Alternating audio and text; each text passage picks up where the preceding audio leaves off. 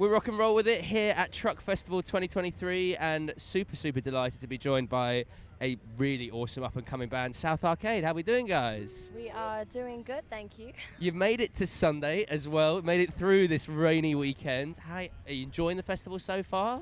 Yeah, absolutely. Managed to check out some other cool bands as well. It's been wicked so far, apart from the rain and the mud, but we're soldiering through. You're regular truck goers, aren't you, as well? Yeah, I've been in the past, yeah. Yeah. I can't remember it ever being this bad before, but... Yeah, we had a bad 2017 truck, but yeah, this is not far off, just equally as bad. So, coming regularly, how does it feel to have been up on stage this weekend, performing a set, well, right at the end of the evening, so closing out one of the stages? How has that been? Yeah, so...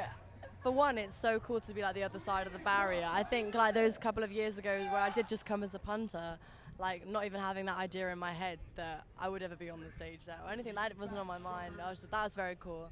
But we handed out like 500 flyers before our set. 500 flyers? But for every one that I gave out, I got rejected like 10 times. So I got like so humbled.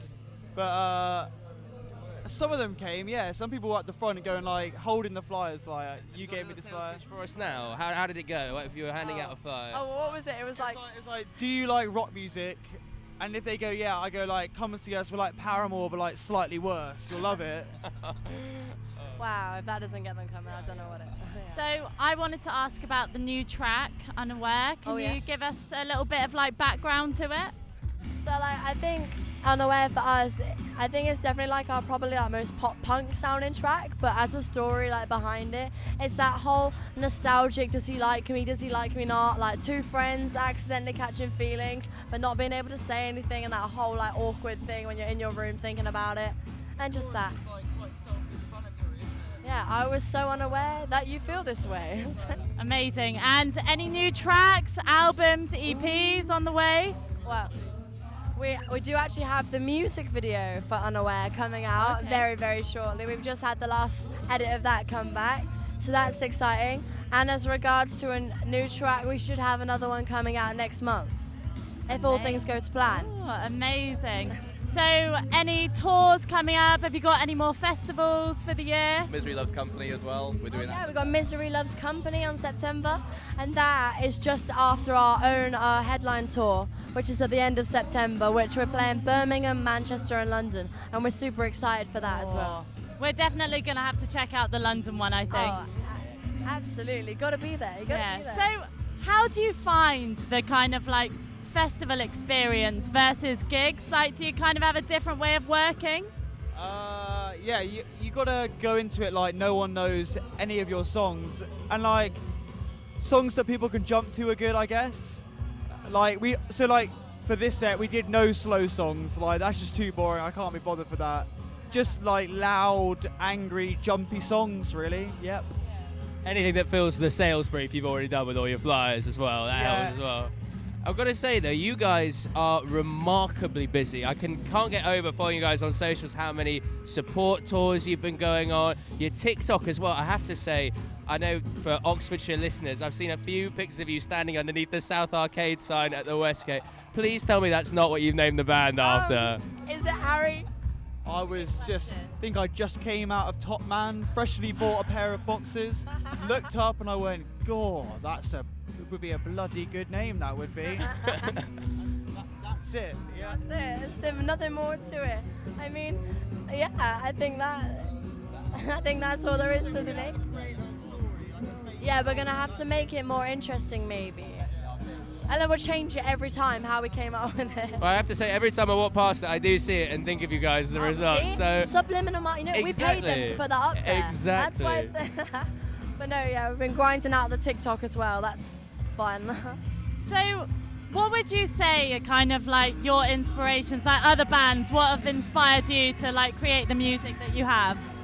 So it's like obviously like the Y2K era. So I mean like bands like Avril Lavigne, Gwen Stefani, like we want to bring back like that nostalgic, like Linkin Park, like Limp Bizkit, all of that. Like we've grown up listening to those bands since we were kids. So like I miss like that nostalgic music, you know what I mean? So we're trying to bring it back. We want to bring it back with like force, mate.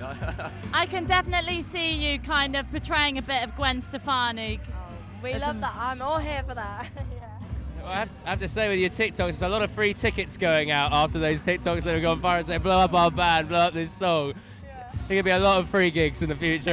Yeah, I was literally like, that TikTok, I was just sat on my way to my old jobs on the bus. I was like, maybe 50 people will see this. It's like a little joke.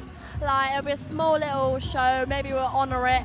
And then none of us had checked our phones till later that evening at like 6. And we were like, oh God. But it was a really cool feeling. But I was like, what have we done? But it was good fun. So, being at a festival as well, obviously you guys performed a few days ago, still hanging out.